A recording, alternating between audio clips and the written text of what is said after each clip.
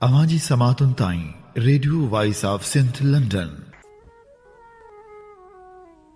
सैसीं सिजन उभरे 84 चंदन बिलाह रिय पिरियन सभ उंदाही भाया भलारे भिड़दड़नि जे भलारे बैत सां मुंहिंजी आवाज़ मुसाफ़िर radio voice of Sindh London तां थी आहे दुनिया जे कुंड कुड़छ ताईं जंहिंजा माॻ ॿुधिजे पियो उन्हनि मिड़नी महिरबाननि खे सिक भरियो सलाम शाल क़बूल पवे।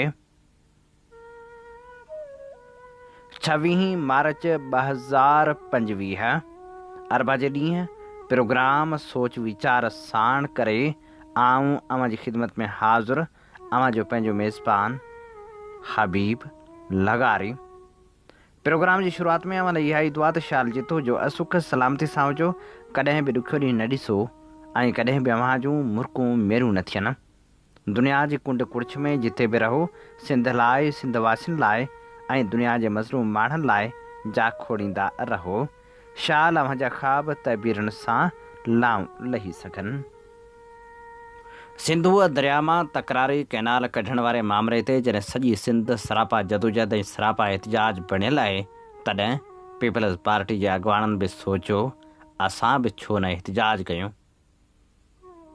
इहा ख़बर हूंदे बि संदन सदर कैनालनि जी मंज़ूरी ॾेई चुको आहे, पर पोइ बि उन्हनि चाहियो त असां बि अवाम में इहो तासिर ॾियण जी कोशिशि करियूं त असीं बि कैनालनि जा मुख़ालिफ़ आहियूं। हुननि इहो तासिर ॾियण लाइ एहतजाज कयो त जीअं अवाम खे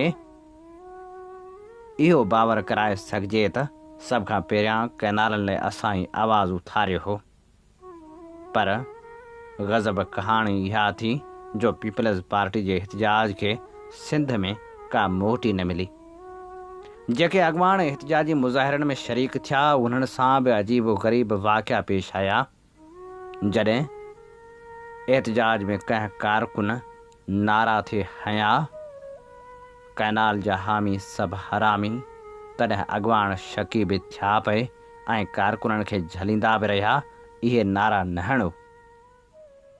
न सिर्फ़ु एतिरो पर जिन बासर वॾेरनि पंजनि हारियुनि खे आंदो एहतजाज में पंहिंजो असर रसूख़ खे इस्तेमालु कंदे ॻोठाणनि खे वठी आया, उन्हनि खां जॾहिं मीडिया वारनि पुछियो त तव्हां एहतजाज छो पिया करियो तॾहिं हुननि चयो त कैनालनि लाइ। जॾहिं उन्हनि खां इहो सवालु कयो वियो त कैनाल आख़िर केरु पियो कढे त हुननि चयो ज़रदारी कढे पियो। हूअं बि इहा ॻाल्हि सोराना सची आहे त सच कॾहिं बि लिखंदो न आहे। जॾहिं सदर आसिफ ज़रदारी कैनालनि जी मंज़ूरी ॾेई चुको आहे तॾहिं पीपल्स पार्टी केॾा बि एहतजाज करे उहे एहतजाज मञता कॾहिं बि कोन माणे सघंदा, छो त जेके प्लेटफार्म पीपल्स पार्टी खे इस्तेमालु करणु खपनि उहे करण लाइ तयारु न आहे। नवाज़ लीग जी हुकूमत हाणे जॾहिं पीपल्स पार्टी जे सहारे ते बीठल आहे, जेकॾहिं पीपल्स पार्टी रुॻो इहो चवे त जेकॾहिं अव्हां कैनाल कढणु चाहियो था त असीं हुकूमत खां अॼु ई धार थियूं था त हूअ कंहिं बि सूरत में उन मनसूबे खे अॻिते न वधाईंदी। पर पीपल्स पार्टी इहो करण लाइ तयारु ई न आहे, न वरी सदर ज़रदारी को हुक्मनामो जारी करण लाइ तयारु आहे। जेकॾहिं सदर आसिफ अली ज़रदारी हुक्मनामो जारी करे त करे सघे थो, पर पीपल्स पार्टी शरीक जुर्म हुजण जे करे इहो कंहिं बि सूरत में करण लाइ तयारु न आहे। पीपल्स पार्टी इस्टेब्लिशमेंट खे बि राज़ी रखणु चाहे थी त वरी सिंध वासियुनि खे बि बेवकूफ़ बणाइण जा जतन करे रही आहे। अजीब ड्रामनि जूं गज़ब कहाणियूं आहिनि, पर अवाम हाणे सुजाग थी चुको आहे। पीपल्स पार्टी जॾहिं काल्ह एहतजाज कयो पए उन्हनि जे मुख़्तलिफ़ एहतजाजी मुज़ाहिरनि में एतिरा माण्हू बि गॾु थी न सघिया हुआ जेतिरा निढड़े शहर में थियल कैनाल मुख़ालिफ़ मुज़ाहिरनि में शरीक हुआ। इहो बि सच आहे त सदाईं सिंध जो माण्हू धरती जे पासे बीठो आहे। हुकुमराननि जॾहिं बि अवाम खे बेवकूफ़ बणाइण लाइ ड्रामा कया आहिनि तॾहिं अवाम मज़ाहिमत कई आहे ऐं सोराना सच चई ॾिनो आहे त हाणे ही ठगियूं न हली सघंदियूं। हाणे एहतजाजी तहरीक उन दौर में दाख़िल थी चुकी आहे जंहिं दौर लाइ कंहिं शाइर चयो हो त सॼो ॾेह ॾाटा करे जे उभा सवें ईद जा चंड उभरी पवनि। हाणे जॾहिं हारियुनि नारियुनि ॾाटा उभा कया आहिनि, जॾहिं क़ौमी कारकुन सरापा जदोजहद बणियो आहे, तॾहिं इनकलाब परे न आहे ऐं उहा सुबुह परे न आहे जेका सुखनि जे सौदागरनि खे आणींदी। अवां जी समातुनि ताईं radio voice of Sindh London. Radio voice of Sindh London तां अव्हां जी ख़िदमत में प्रोग्राम पेश कयो पियो वञे सोच वीचार जे हिन सफ़र में आऊं अव्हां सां मुखातिब अव्हां जो पंहिंजो मेज़बान हबीब लगारी। सिंध जे सञाह वंदनि तोड़े पाणी माहिरनि सिंधू दरिया मां केनाल कढण वारनि मनसूबनि खे रद्द कंदे चयो आहे त जेकॾहिं दरिया न रहियो त सिंध बि न रहंदी। तहज़ीब जी बका लाइ सभिनी खे गॾु थियणो पवंदो। पाणी मामरनि ते गहरी नज़र रखंदड़ नामियारे लेखक नसीर मेमण, पाणी जे माहिर स्कॉलर हसन अब्बास, क़ौमी अवामी तहरीक जे सरबराह अयाज़ लतीफ़ पली जे पंजाब पारां सिंध जे पाणी जी सदियुनि खां वठी फ्लूड जी तारीख़ खां मौजूदा तकरारी 6 केनालनि जे मसइले ते सिंध सां थींदड़ नाइंसाफ़ियुनि जो ज़िक्र कंदे पाणी फ़राहम करण जी घुर कई आहे। सिंध जे सञाह वंदनि जो चवणु आहे त सिंध खे पंहिंजे हिसे जो पाणी न पियो ॾिनो वञे। सिंध जे पाणी ते धाड़ा लॻी रहिया आहिनि, जंहिंजे करे इंडस डेल्टा पिणु तबाह थी चुको। अॻवाननि जो चवणु आहे त फौरी तौरु सिंध खे पंहिंजे हिसे जो पाणी ॾिनो वञे। जेकॾहिं सिंध खे पंहिंजे हिसे जो पाणी न मिलियो त सिंध बंजर बणिजी वेंदी। अॻवान इहो बि चवनि था त पाणी ज़ख़ीरा ख़ाली थी चुका आहिनि, ग्लेशियर तबाह आहिनि, हीअ केनाल ऐं डैम सभु ख़तरनाक ज़ोन में आहिनि। हुक्मरान सम्झनि था त सिंध वासियुनि खे भत जी प्लेट ते रिझाईंदा, पर हाणे सिंध जो अवाम सुजाॻ थी चुको आहे ऐं हूअ पंहिंजी जदोजहद जारी रखंदो। हुकूमत जिते इंतिहा पसंदी ते लही आई आहे, उते केतिरियूं ई नाइंसाफ़ियूं करे रही आहे। सिंध सां पाणी जे मामले में नाइंसाफ़ी कई पई वञे त बलूचिस्तान में बलूचनि जा हक़ लताड़िया पिया वञनि।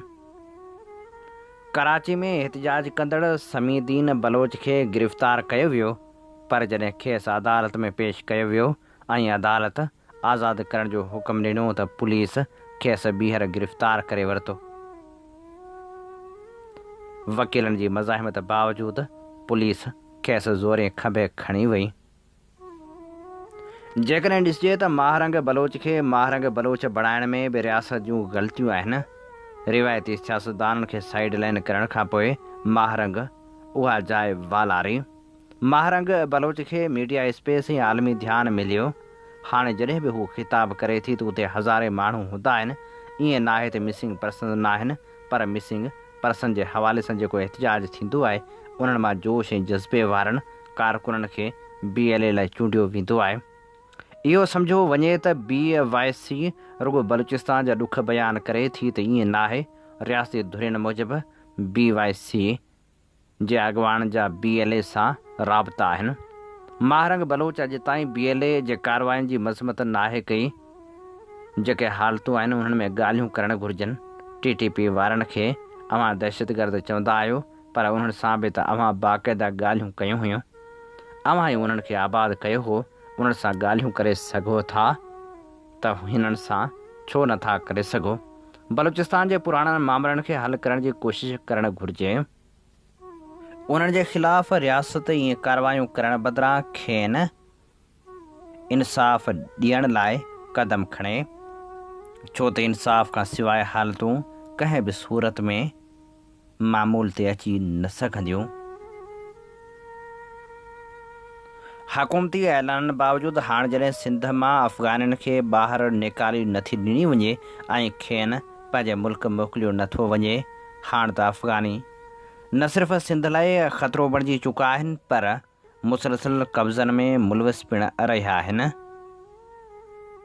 पर तंहिं हूंदे बि सरकार संदन ख़िलाफ़ कार्रवाई करण खां केॿाईंदी रहे थी।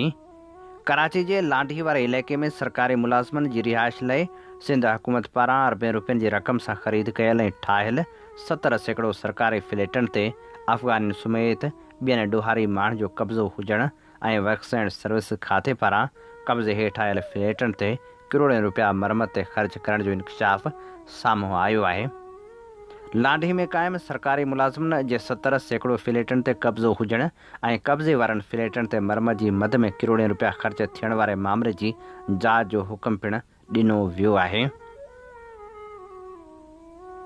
सिंध असेंबली जी पब्लिक अकाउंट कमेटी जो जॾहिं इजलास थियो त इजलास में DG ऑडिट एतिराज़ उथारियो त लांडही में सरकारी फ्लैटनि ते केतिरनि ई माण्हुनि जो कब्ज़ो आहे ऐं जिन फ्लैटनि ते कब्ज़ो कंदड़ रिहाइश इख़्तियार करे चुका आहिनि उन्हनि फ्लैटनि ते वक्स खाते पारां 1 करोड़ रुपया मरमत ते ख़र्च कया विया आहिनि।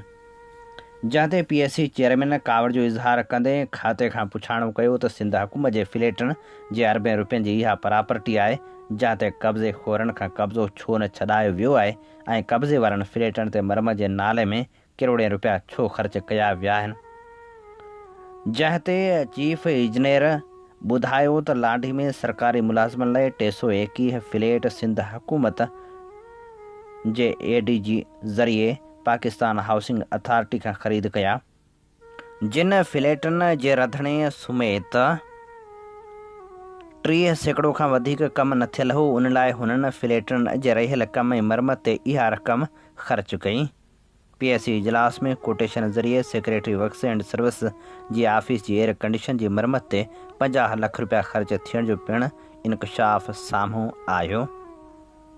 हाणे हिकु पासे जॾहिं अफ़गाननि जे कब्ज़े में फ्लैट आहिनि ऐं पोइ उन्हनि फ्लैटनि जी मरमत जे नाले में करोड़े रुपया ख़र्च कया विया ऐं वरी सेक्रेटरी वर्क्स एंड सर्विस जी ऑफिस जी एयर कंडीशन जी मरमत ते 50 लख रुपया ख़र्च थिया आहिनि त पोइ इन एॾे ख़र्च खे कीअं ॾिसिजे। छा हिकिड़ी एयर कंडीशन ते 50 लख रुपया ख़र्च कंदड़नि ख़िलाफ़ का कार्रवाई थी सघंदी? अवां जी समातुनि ताईं radio voice of Sindh London. Radio voice of Sindh London तां अवां जी ख़िदमत में प्रोग्राम पेश कयो पियो वञे सोच वीचार जे हिन सफ़र में आऊं अवां सां मुखातिब अवां जो पंहिंजो मेज़बान हबीब लगारी। PPA जे एहतजाज ऐं कैनाल मुखालिफ़ तहरीक जे हाईजेक वारे सवाल बाबति नामियर लेखक ऐं सहाफ़ी जावेद महर लिखे थो। 16 सालनि खां सिंध ते हुक्मरानी कंदड़ PP तरफ़ां सिंधू दरिया मां 6 कैनाल कढण वारे पंहिंजे ई सदर जे फ़ैसिले ख़िलाफ़ मुज़ाहिरा कया विया छाकाणि त 8 महीननि जी न ऐं सिंधी मीडिया टीमनि जे चोलिस्तान पहुचण बाद नेठि मुराद अली शाह सरकार कैनालनि बाबति अधु गाबरू एतिराफ़ कयो आहे जॾहिं त अञा ताईं हूअ इहो मञण लाइ तयारु नाहे त कैनाल ठहनि पिया पर वरी इहो बि फ़रमाए थो त परॾेही सीड़पकारण लाइ कैनालनि जो मॉडल ठाहियो वियो आहे जेतोणीकि ॻाल्हियूं ॿियूं बि खोड़ कयूं अथसि पर सम्झ न ईंदड़ फ़लसफ़े खे सिंध जे माण्हुनि बिल्कुलु ईअं रद्द कयो आहे जीअं 6 कैनालनि खे पंहिंजे एहतजाजनि मुज़ाहिरनि रैलियुनि ऐं मार्चनि सां रद्द कंदा पिया अचनि। हिन भेरे लिखण लाइ मौज़ू घणा आहिनि उन करे कलम खणण महिल या जदीद दौर जे घुर्जनि मूजिबि चइजे त कंप्यूटर साम्हूं लिखण जी संबत कई त घटि में घटि 1 कलाक खनि इंतिहाई गहरी सोच में मुब्तला थियणो पियो त कहिड़ी ॻाल्हि ते लिखिजे ऐं कहिड़ी छॾिजे।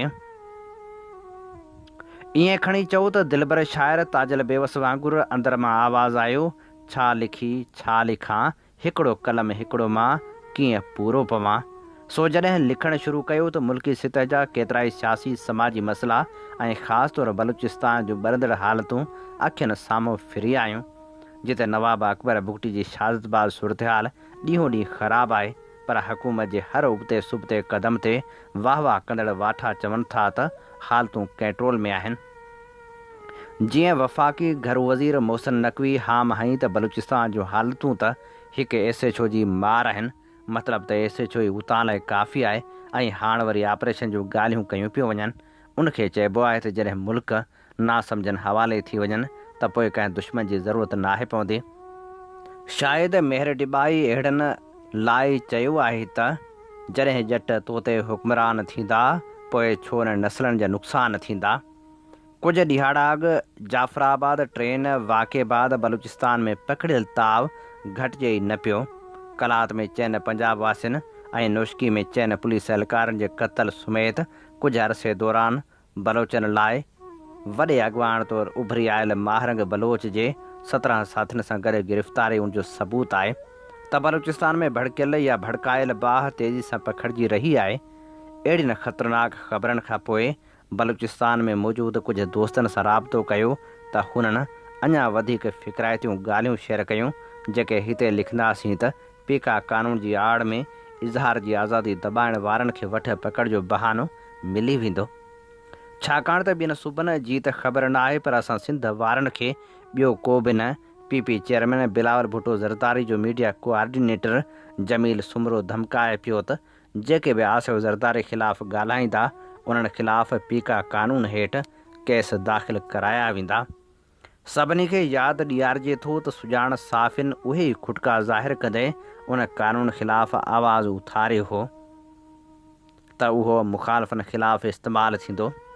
जमील सुमरे तरफ़ां लाड़काणे मां वेही ॾिनल भभकी उन जो पको सबूत आहे जंहिंसां 70 वारे ॾहाके में मुखालफ़नि लाइ मशहूरु थियल उन नारे जी यादि ताज़ी थी वई त लाड़काने चलो वरना थाने चलो। अफ़सोस त हिकु पासे बिलावल भुट्टो ज़रदारी उन कानून जी मुखालफ़त करे थो ऐं ॿिए पासे वरी संस वेझो रहंदड़ बाअसर जेको मुख़्तलिफ़ वक़्तनि ते पार्टी अंदरि बेअसर बि बणायो वेंदो आहे उहो मीडिया साम्हूं सरेआम धमकी ॾिए थो। पर जीअं त पंहिंजो उनवान ई सिधी ॻाल्हि आहे उन करे इहो मुमकिन न आहे त धमकियुनि खां डिॼी सभिनी मामलनि खां सफ़ा कन लाटार कबी। हा बाक़ी कंहिं गार गंद तनक़ीद बराए तनक़ीद इल्ज़ाम हणण बदिरां दलीलनि सां न रुॻो बलूचिस्तान पर हर उन मज़लूम लाइ आवाज़ उथारियो वेंदो जंहिंसां बेवाजिबी थींदी। थी सघे थो कंहिंखे विसरी वियो हुजे, पर घणनि खे यादि हूंदो त सुप्रीम कोर्ट जे हिकु अनोखे चीफ जस्टिस साक़िब निसार बि कालाबाग डैम जे मुखालफ़नि ख़िलाफ़ु आर्टिकल 6 इस्तेमालु करण जो चिताव ॾिनो हो।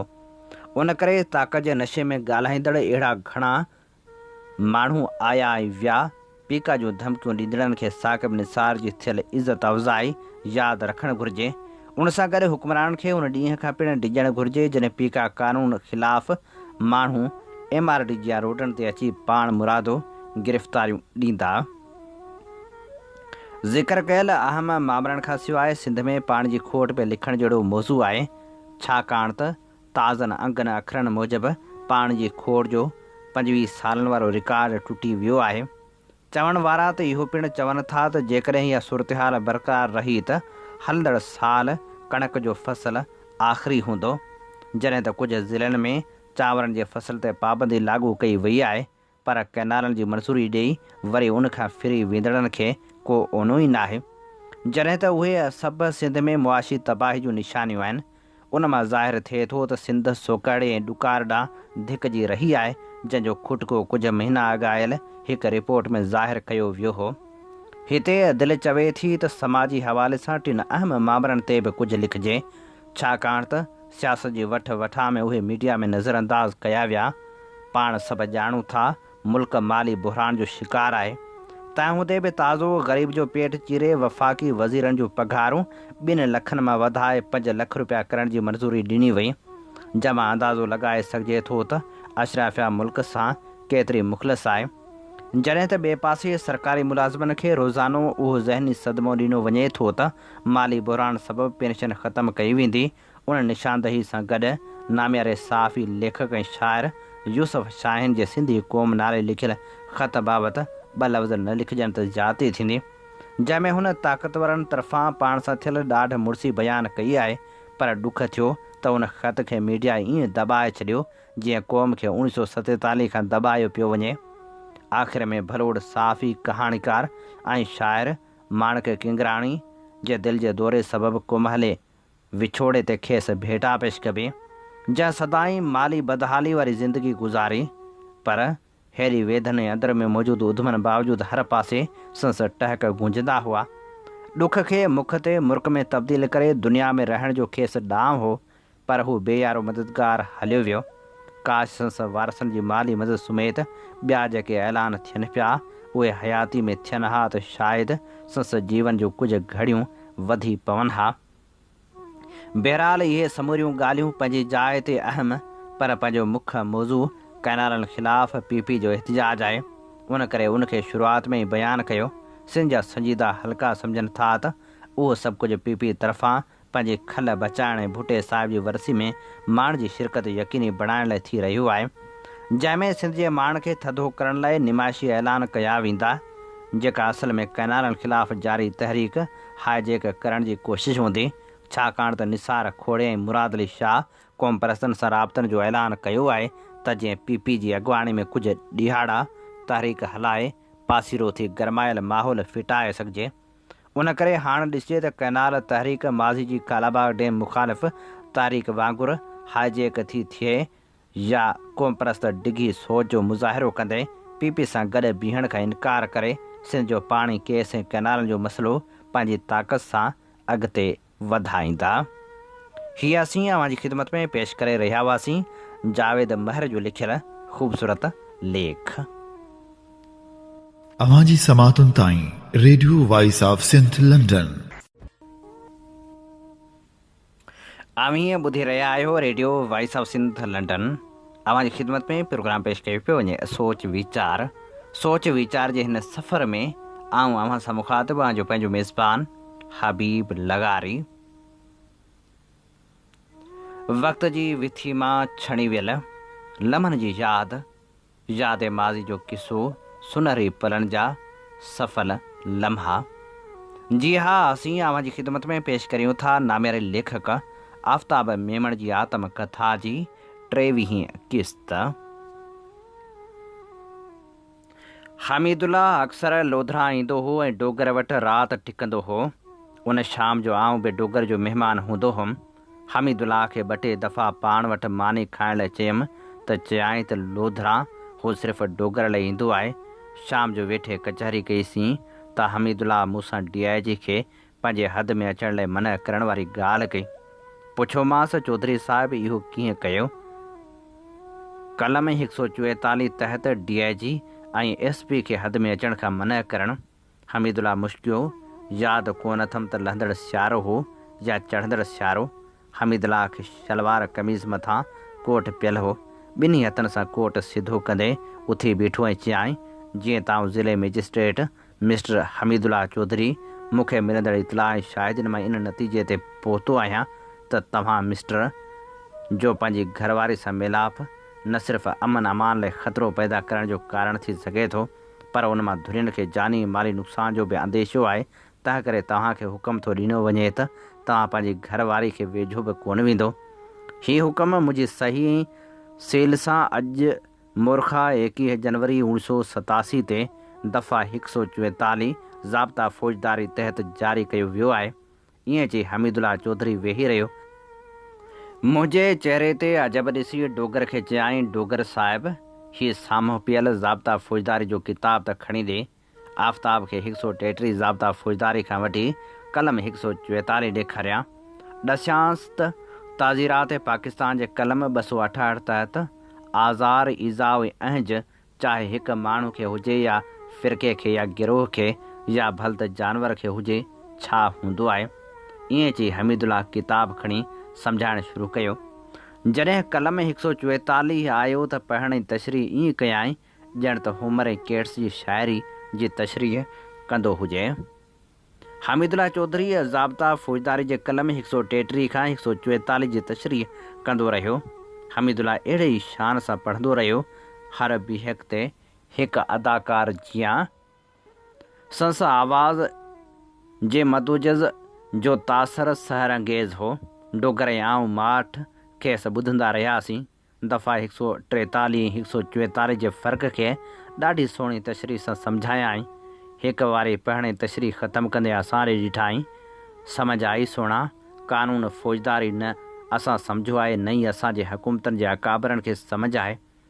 अंग्रेज़ जे ठाहियल फ़ौजदारी कानून ऐं पुलिस आर्डर ते ई जे अमल थिए त मुल्क में अमन अमान क़ाइमु थी सघे थो। मियाँ हीउ कानून त अहिड़ो आहे जो न को लुचो ऐं लोफर अछनि कपिड़नि जी आड़ वठी सघे थो, न ॾाढ ऐं ॾकाउ करे सघे थो। वाह, छा शान आहे। ऐं जॾहिं त आऊं ज़िले मैजिस्ट्रेट मूंखे मिलंदड़ इतलाह मां मुतमिन आहियां त अमन अमान खे ख़तरो आहे, इज़ाउ अज रसण जो इम्कान आहे, मजाल आहे कंहिंखे।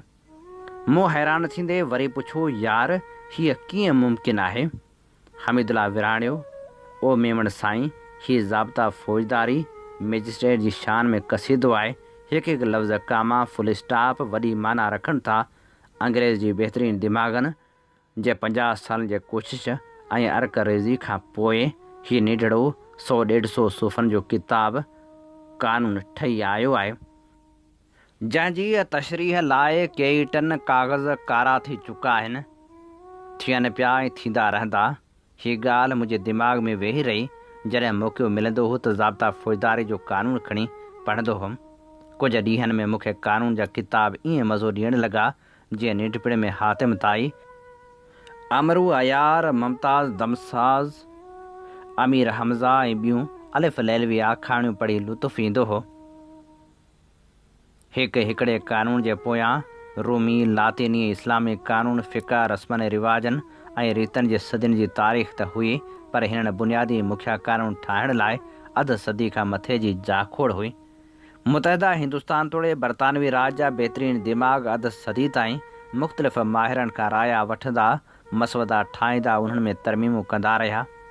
सिर्फ़ु हिकु कानून ज़ाब्ता फ़ौजदारी ते 1832 खां कमु हलियो, जो वञी 1887 यानी 55 सालनि में मुकमिल थियो। उन्हीअ कानून जे इश्क रीत खां हटियल फ़ैसिला कराया। हिकु दफ़ो पेट्रोल जी खोट थी पई। सॼे मुल्क में 2-3 ॾींहं लाइ खोट हुई। जंहिं पेट्रोल पंप ते तेल हुजे सो ब्लैक करे। पंजाब में हर हंधि इंतज़ामिया पुलिस भॼ भॼा लाहे छॾी। लोधरा में 2 पेट्रोल पंप हुआ। हिकु त दीदा दलेरी सां ब्लैक करणु लॻो। माण्हुनि हंगामो कयो। पंप जे मुलाज़िमनि उन्हनि खे मारकुट पे कई। पुलिस थाणे ते रिपोर्ट दाख़िल थी। ॿियो पेट्रोल पंप वारो शरीफ़ माण्हू हो, ब्लैक करण जी बि हिमत कोन पे थियसि। स्टॉक बि मुनासिबु हुअसि, तंहिं करे ॾिनो पिए त मतां माण्हू को हुल हंगामो कनि ऐं पंप खे नुक़सानु रसे। इन करे पंप ई बंदि करे छॾियाई। सुवालु हुयो त हिन मसइले खे ज़ख़ीरा अंदोज़ी ऐं चोर बाज़ारी जे एक्ट तहत ॾिसिजे या 1977 जे क़ीमतनि जी निगरानी, मुनाफ़ाख़ोरी व ज़ख़ीरा अंदोज़ी खे बुझो ॾियण जो कानून तहत हल कजे। मूं कलम 143 ज़ाब्ता फ़ौजदारी तहत ॿिन्ही पेट्रोल पंपनि ते हुक्मनामो जारी कयो त जीअं त हिननि जा क़दम माहौल आज़ार ऐं इज़ाव जो बाहिस बणिजी चुका आहिनि, तंहिं करे हिन हुकम तहत ॿिन्ही पेट्रोल पंपनि ते पुलिस ऐं मैजिस्ट्रेट जी निगरानी हेठि मुक़ररा क़ीमतनि ते मुक़ररा राशन तहत पेट्रोल ऐं डीज़ल जी फ़रोख़्त थींदी। मालिकान पेट्रोल पंप ऐं संदन मुलाज़िमनि लाइ मैजिस्ट्रेट जी हिदायतनि ते अमल लाज़िम हूंदो। ईअं सूरतहाल काबू में आई। हिकु पंप जो मालिक Multan high court Punjab bench में मुंहिंजे आर्डरनि जे ख़िलाफ़ वियो। संसा अपील ऐं आइनी दरख़्वास्त ॿुधण लाइ बि मंज़ूर कोन थी। अहिड़ी तरह हिकु दफ़े जॾहिं पुलिस मूं वटि ॿिनि धुरियुनि जे कुझु माण्हुनि खे गिरफ़्तार करे 107, 151 ऐं 145 कलमनि जी कार्रवाई लाइ खणी आई ऐं दरख़्वास्त कई त छाकाणि त झेड़ जो कारण हिकिड़े धुर जी ज़मीन हुई, तंहिं करे उन ज़मीन खे सुपरदारी में ॾियण जो हुकुम कयो वञे। मुंहिंजे पुछा करण ते मालूम थियो त जंहिं धुर जी ज़मीन हुई उहो कमज़ोर हो। ॿी धुर ज़बरदस्ती ख़रीद करणु चाहे पई, जंहिं लाइ हुननि हिकु जाली स्टाम्प पेपर त ठारायो हो, पर न त रजिस्ट्री जो को रिकॉर्ड हो, न ई रेवेन्यू जे रिकॉर्ड में को इंदिराज उन्हीअ ॾाढी धुर जे नाले हो। कमज़ोर धुर वटि कब्ज़ो बि हो त रेवेन्यू रिकॉर्ड में इंदिराज बि। मूं नाकाफ़ी शहादत हुअण जे बुनियाद ते ॿिन्ही धुरियुनि खे 107, 151 मां अदालत में बरी कयो ऐं 145 जी कार्रवाई जी दरख़्वास्त खे दाख़िल दफ़्तर कयो। ॾाढी धुर खे वकील नाले वारो हो। सॼो ॾींहुं बार में बहस हलियो त अॼु ॾींहं ताईं कंहिं मैजिस्ट्रेट 145 जी रिपोर्ट खे हीअं दाख़िल दफ़्तर कोन कयो। वकील साहिबु हाई कोर्ट में वियो। सेशन कोर्ट मां त कामयाबी कोन थी। हाई कोर्ट में मुंहिंजो फ़ैसिलो बहाल रखियो। महरम में लोधरा सब डिवीज़न जे इलाइक़े गोगड़ा में अलम कढण जे हिकु रिवायती जुलूस ते तकरार जो अंदेशो थियो। अलम बरदार हिकु ग़रीब माण्हू हो, पर शोधाए करबला जा अक़ीदतमंद भला तफ़रीक़ सुन्नी व शिया जे साण सहकारी हूंदा हुआ। तकरार हुयो त हिन अलम जे जलूस लाइ लेसन कोन्हे। मौक़े ते वियमि। हद जे सूबेदार ऐं पुलिस खे त गॾु खयमि। मुअज़्ज़िन जो कठ कयमि। मालूम थियो त आलम बरदार 3 साल अॻु असिस्टेंट कमिश्नर खे दरख़्वास्त ॾिनी हुई ॿिन्ही धुरियुनि खे ॿुधण खां पोइ मूं मौक़े ते फ़ैसिलो ॾिनो त मूं दरख़्वास्त मंज़ूरु कई। सूबेदार सुबुह जो ई अहिड़ो इंदिराज करे अलम बरदार खे इजाज़तनामो जारी कंदो ऐं सुभाणे शाम जो अलम हर साल जीअं निकिरंदो।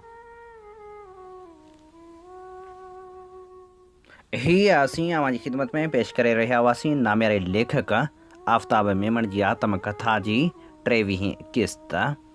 इन ते प्रोग्राम सोच वीचार जो वक़्तु पुॼाणी ते पहुचे थो। पंहिंजे मेज़बान हबीब लगारी खे इन साॻी दुआ सां ॾींदा इजाज़त। वसे भिट तुंहिंजी भलारा सदा सदा देस परदेस सारा वसन। कॾहिं सींद सिंधी न मेरी थिए, कॾहिं मोड़ कंहिंजा न मुरझाए चन। अवां जी समातुनि ताईं radio voice of Sindh London